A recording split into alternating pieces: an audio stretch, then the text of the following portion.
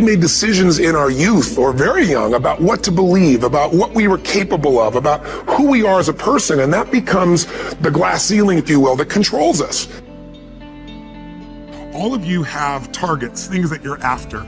If you're going to get a new result, if you're going to grow your business, if you're going to be able to support your mom, if you're going to get rid of the anxiety, if you're going to be able to overachieve and not have all that fear inside of you, you obviously need to get a new result.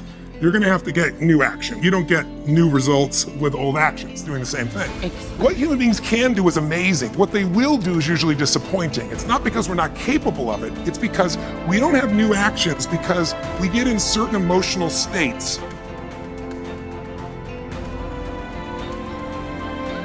that dominate us, like anxiety, like fear of failure, right? Like fear of the loss of your mother as an example. So if you're in a state of fear, you're gonna behave very differently and get very different results than if you were in a place of being courageous or bold or warm or connected or playful, any of those.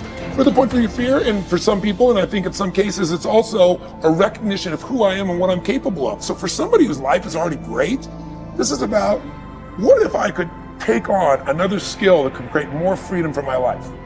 And just saying, I'm not having to go out and try and do it all perfectly right now. What I'm going to do for the next 8 weeks, I'm going to create a little ritual. I'm going to do one thing a day to condition my mind, right? So that I get strong, so I follow through. I'm going to read something. I'm going to listen to something. I'm going to immerse myself. I'm going to go for an intense jog, or I'm going to go lift weights, but I'm going to do it consciously to get in a state where I'm going to follow through. That's number one, because people follow through when they're in state. So the most important key to changing your life in any situation is to change results, you got to change behavior. But to change behavior, you got to change the emotional state you're in. When things are bad, people think it's going to be bad forever. When things are good, they think it's going to be good forever. And they're always wrong. Life's cyclical. If you got $1 billion and every day you're pissed off and frustrated, the quality of your life is called pissed off and frustrated. Right. But if you have nothing, but you're euphorically grateful for whatever you have, you're the richest person that you're going to know. He said, so it doesn't matter how much money you got if you don't have gratitude. Because I believe you have to condition it. You don't just hope that stuff shows up. Think about it in your own life. Haven't you had some area of your life where you raised your standard and your life has never been the same? You did it for years and you kept trying to change it, and kept telling yourself I should. And then one day something happened. Something just clicked you over. Something took you over that kind of tipping point. And inside yourself, you said, no more. It was a very, very different experience, wasn't it? Something inside of you shifted, and what was a should became a must, and you've never gone back. Is there an area like that in your life you can think of? Again, did you ever smoke cigarettes? Did you ever eat a certain way, drink a certain form of alcohol, and then finally say no more, and you just don't go back? And notice this, it doesn't really take any willpower anymore. Because somewhere when we make this click, when we make something a must, we attach ourselves to it. It becomes part of our identity.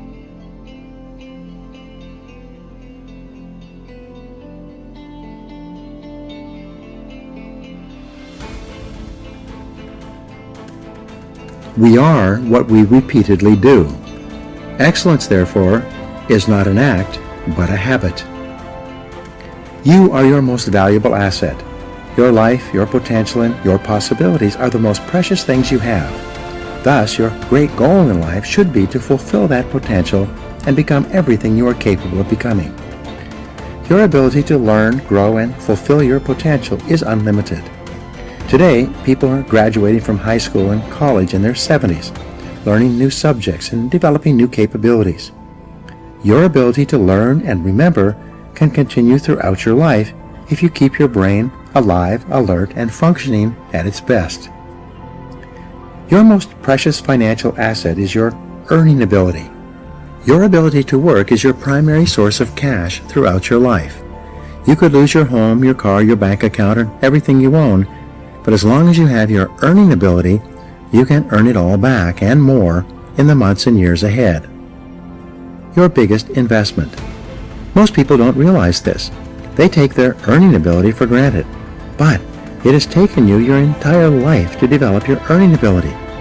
Every bit of education, experience, and hard work that you have invested in learning your craft and developing your skills has gone into building this asset.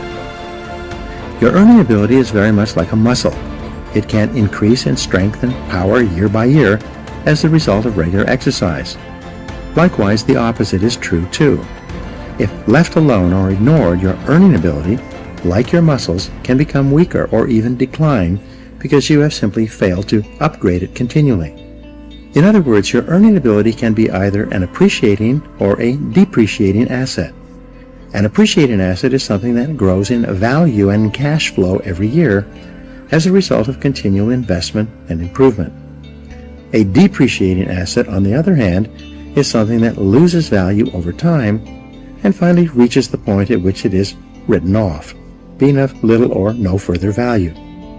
The choice is yours as to whether your earning ability is increasing or decreasing month by month and year by year.